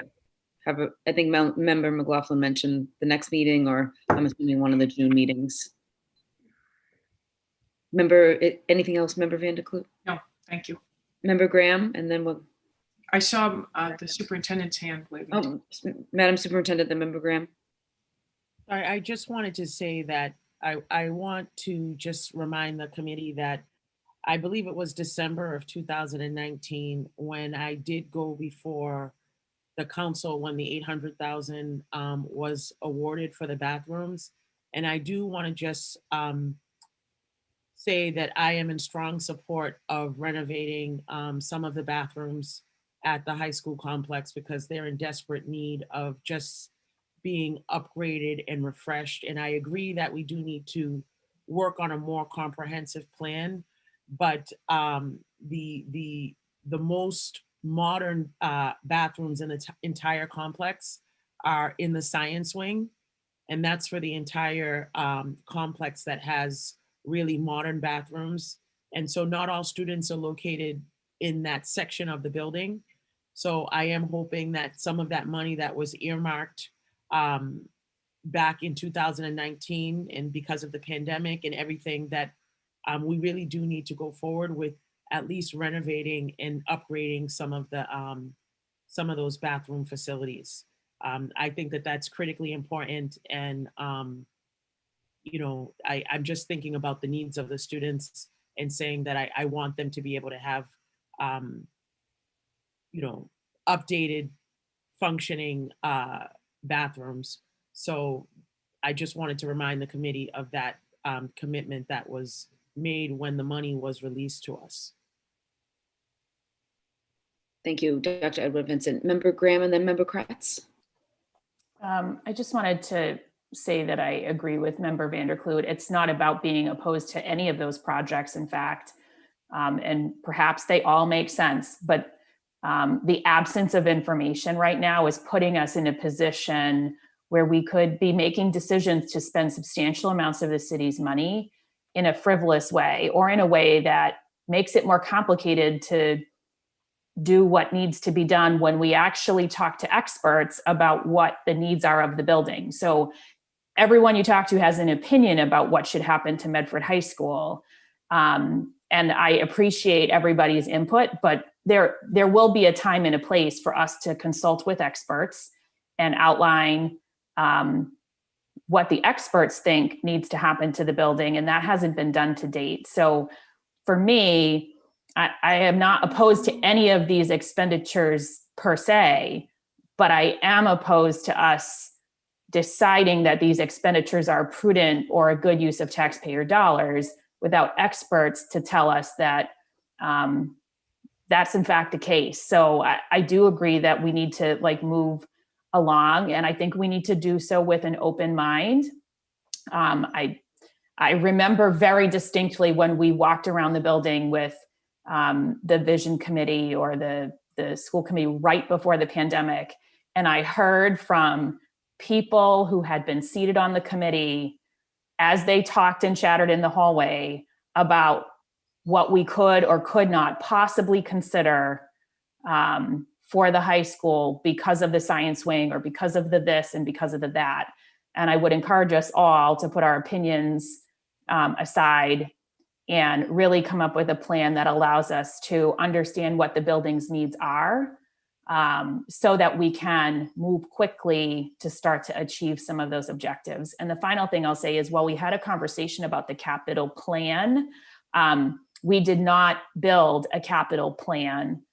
So that $800,000, it's not my impression there's any shortage of projects, including multiple end-of-life roofs, coming up here very quickly that the comprehensive capital plan didn't account for. So I think we have a lot of work to do on our capital plan so that we can be good partners to the rest of city government and help ensure that the needs of our district are met and that we don't, run into a situation where we stop maintaining things and find ourselves in another like pandemic situation where there's like oodles of work to do to bring buildings back to standards. So I'm a complete proponent of us prioritizing that capital plan in a meaningful way. I'm not a structural engineer. I don't believe anybody on this committee is. So I would like us to prioritize that kind of expertise as we talk about plans to spend significant taxpayer dollars. But also, I don't believe we have to wait years and years and years for that information. I do think the students that go there right now are very important, and in fairness to them, and really, frankly, every student that's currently in Medford Public Schools, the time is now for us to move on this priority. My kids likely would not graduate from a high school that looks any different than it does today. So if we're lucky, the first graders and the kindergartners might have a shot at something different, but only if we act. So it's incumbent on us to do that. Thank you. Thank you. Member Kratz? Yes, so I just wanted to comment on everybody's views on the capital fund spending. And next week, I do have the Building and Ground Subcommittee meeting, and several of the capital items that are in the pre-budget this evening are on my agenda for discussion next week. So, and I have communicated with Mr. McLaughlin a few times, about getting estimates and sharing this information with the committee next week. So, I'm just letting everybody know, if you're interested, the subcommittee meeting will be May 26th from 5 to 7. There are several different topics that are on the pre-budget agenda this evening that we'll be talking about. So just wanted to share that information. Thank you, Member Kratz. And then I know on June 1st, which is a Tuesday, we will have our budget hearings at the same time, 7 p.m., June 1st. If there's no other questions, is there a motion to adjourn? Motion to adjourn. Second. Seconded by Member Kratz. Roll call. Member Graham, Yes. Member Kratz, Yes. Member McLaughlin, yes. Member Mastone, Yes. Member Rousseau, Yes. Member Vanderklut, Yes. Mayor Longo Kern. Yes, 7 in the affirmative, 0 in the negative. This meeting is adjourned. Have a